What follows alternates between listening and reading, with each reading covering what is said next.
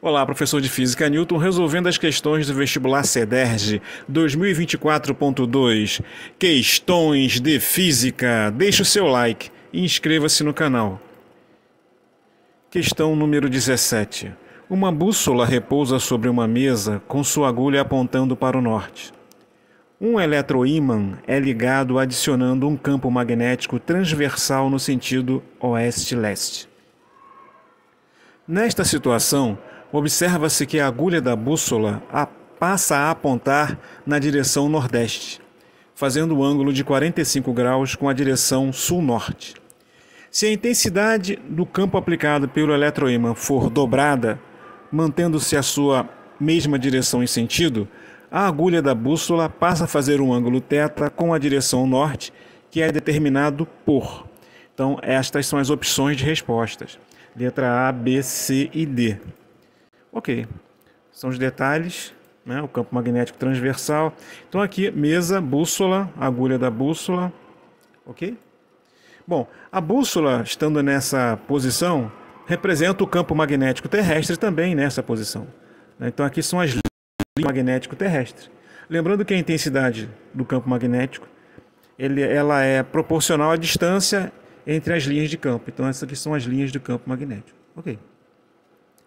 Então, o que acontece, né? O que acontece é que, à medida que você coloca um campo magnético associado a um eletroímã, né? Esse aqui é o campo magnético do eletroímã, a bússola ela desloca-se de um ângulo de 45 graus, né?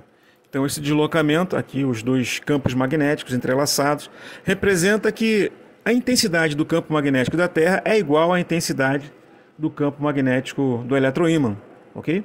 Então, aqui há uma competição, né, pelo fato de estar a 45 graus, significa que, né, essa agulha ela vai se orientar entre as direções sul-norte e oeste-leste, ok? Exatamente por conta desse campo magnético aqui. Muito bem. O que acontece depois é que se a intensidade do campo aplicado pelo eletroímã for dobrada, o que acontece é que, então, como eu dobrei o campo magnético do eletroímã, você vê que a distância ela foi reduzida à metade, tá? E a ideia é saber que ângulo é esse. Então, a agulha sai do ângulo de 45 graus para um ângulo θ desconhecido, tá? Então, só lembrando que vetorialmente aqui, representando no gráfico, essa aqui é a intensidade, né, o módulo do campo magnético do eletroímã, né, ela foi multiplicada por 2, porque ela foi dobrada, como está aqui no texto. E o campo magnético da Terra manteve-se a mesma direção, sentido e intensidade. Esse ângulo aqui que é preciso ser calculado.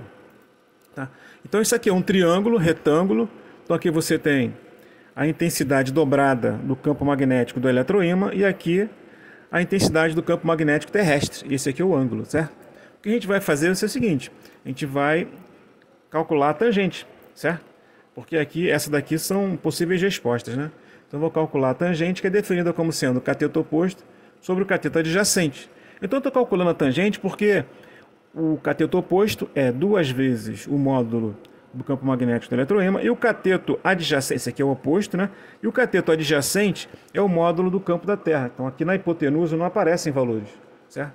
Então, essas duas opções, elas estão relacionadas à definição de tangente. Então, por isso eu comecei pela tangente de θ. Bom, o cateto oposto é 2 vezes o módulo do campo magnético gerado pelo eletroímã. E o campo magnético da Terra, o BT. Só que eles são iguais. A gente viu anteriormente que eles são iguais, né? Esse campo aqui ele simplesmente foi multiplicado por 2. Então, como eles são iguais, o campo gerado pelo eletroímã é o mesmo do campo magnético terrestre. Então, aqui eu posso simplificar chegando à resposta tangente de θ igual a 2. Resposta letra C. Muito obrigado.